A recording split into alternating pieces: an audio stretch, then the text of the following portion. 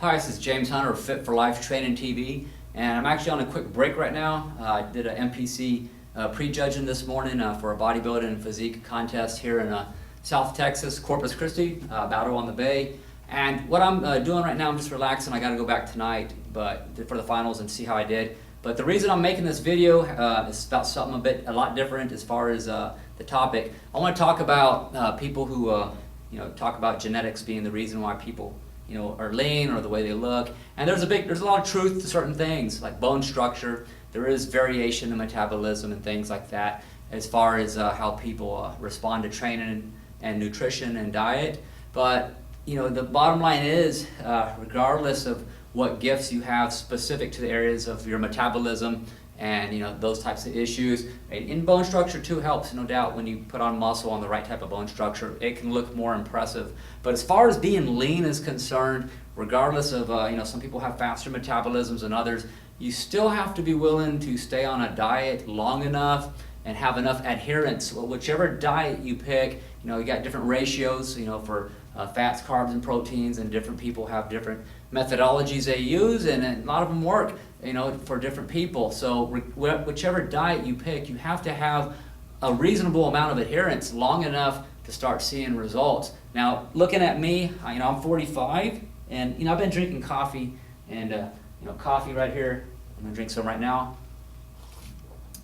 It's good, caffeine. So I've been drinking coffee and fluids, so I'm still tight despite that water I've been taking in. And this right here, the bottom line is you have to get your body fat low enough in order to see your abs. I'm not even flexing hard, I'm somewhat relaxed, and you can see them. I'm gonna kind of crunch down a little harder and flex. There they are. Get my arm out of the way. So my abs are nice and tight. Get a little closer to the camera. And so you can see how lean I am right now. Not pumped up. I'm just cold flexing. Let me try to really get a better. There you go. You can see my sides, so you get the idea. I'm lean, all right? So that did not happen. That did not happen in a few weeks. I know people get frustrated. They're on a diet, and they say I'm not seeing results. And I ask them, well, tell me kind of how you're eating, and I listen to what kind of plan they're on and try to be respectful about it. I don't just start telling them right away, oh, that's wrong. I let them talk, and then I may try to suggest things that may help them get there in a more efficient way. But what I usually will hear, it's kind of funny, is man, I've been on this diet a long time, and I'll ask them, well, how long? And I'm not kidding you, 2 weeks, 3 weeks. I'm like, are you kidding me? A few weeks is nothing. You may start seeing some weight loss. Conservatively, you can lose safely a reasonable amount of weight per week. 2 pounds, 4 to 8 pounds a month. Depends on the person. Sometimes a lot more. That can be expedited a lot more depending on how aggressive a person is about losing weight. But the point is, you have to stay adherent. You can't just, some days be committed and some days not. Now, with myself, I normally walk around weighing 165 pounds.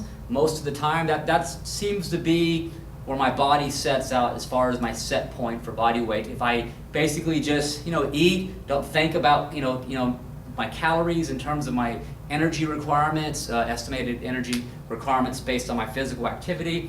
If I basically just lift weights, work out, and just eat, basically, if I want to drink a beer, if I want the piece of pizza, if I just have a reasonable diet, mostly eating healthy, but if I want the other types of foods once in a while, burgers, pizza, hot dog, the beer once in a while, I can do all that stuff, and I don't really get fat. I don't get obese or overweight. I'll be about 165. I've climbed up as high as 170 pounds.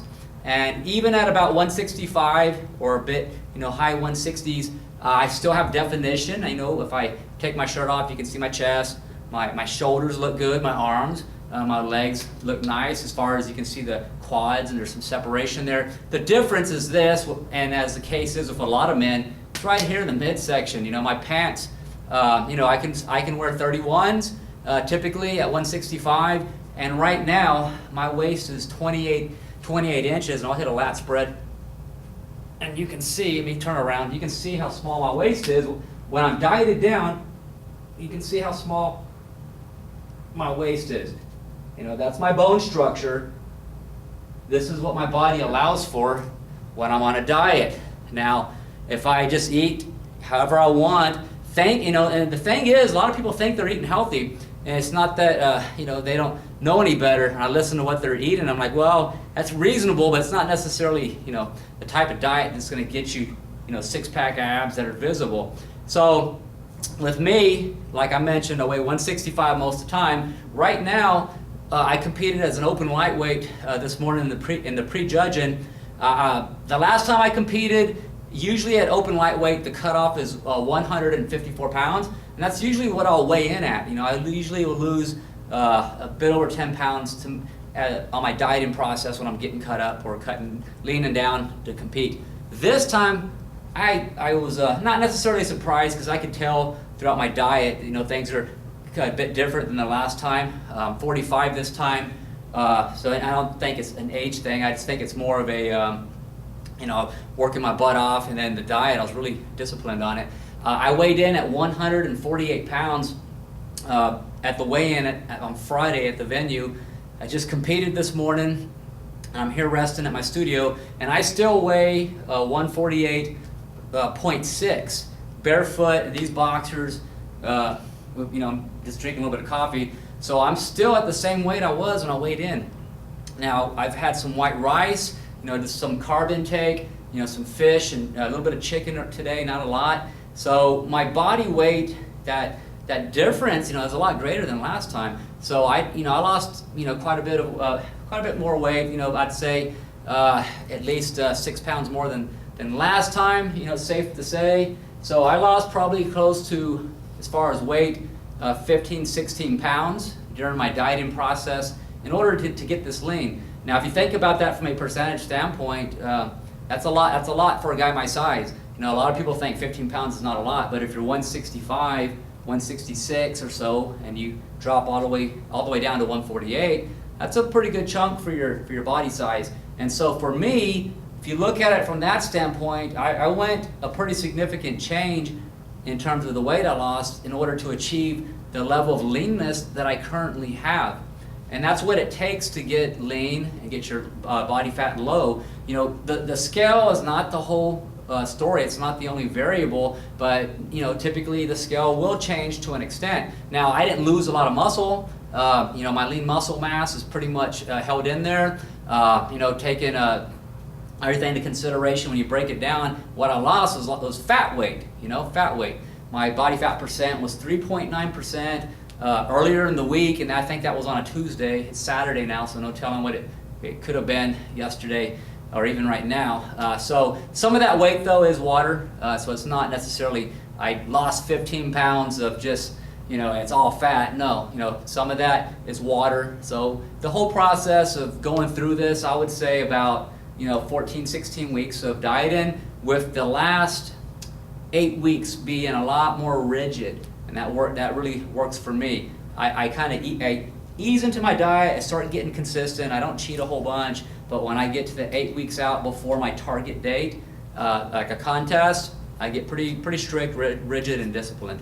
So that's what it takes. So this whole thing about the genetics, I'm gonna do a video to show how long it's going to take for me to put weight back on. Basically, I'm just going to eat what I want. I'm not going to be horribly unhealthy, but I'm going to eat whatever I want, and I'm going to chart basically, day 1, day 2, put the dates up. I'm going to do a video of what I'm eating. I'm going to have fun with that, and then after I eat, each day, I'm going to progress photos of what my midsection's looking like and how that's coming along. So it's going to be a reverse transformation from being, instead of going from fat to lean and ripped, to from lean and ripped to basically bulking up. I don't want to be a fat ass. I'm not trying to accomplish that. But I am going to get bigger, get a lot stronger too, and that's going to feel, my strength always goes up when I put weight on, like it does with a lot of people who are lifters. So that's going to feel really good, and that's what I'm going to do for the rest of the year. And just to make a point that getting this lean, low body fat, it's not all genetics. It's not all genetics. Genetics don't get your ass up in the morning to work out. They don't give you the discipline, the will to say, I'm only going to eat a particular way no matter what, and nobody's going to throw me off my diet. You know, nothing's going to throw me off my diet. I'm going to do it. I'm going to stick to it. Mental willpower. So that, you know, genetics do not force you to do that. That's a choice. And willpower is something that is developed over time. Some it comes to easier than others.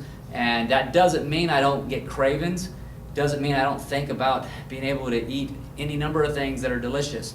I did and I do. The difference is I have different coping mechanisms that get me through different moments when that occurs. And perhaps that can be a different video. So until I talk to you guys again, I will put a video charting from going from lean and ripped to bulked up. And basically to see how long it takes for these abs to smooth out for when I essentially tighten my waist. You don't see them anymore as far as the definition. And that's okay. That's okay because you don't have to have visible abs 12 months out of the year to be a fit and healthy person. I'll still be healthy, fit, strong, fast, agile, and all that stuff. So you have a great day, and thank you for watching my video.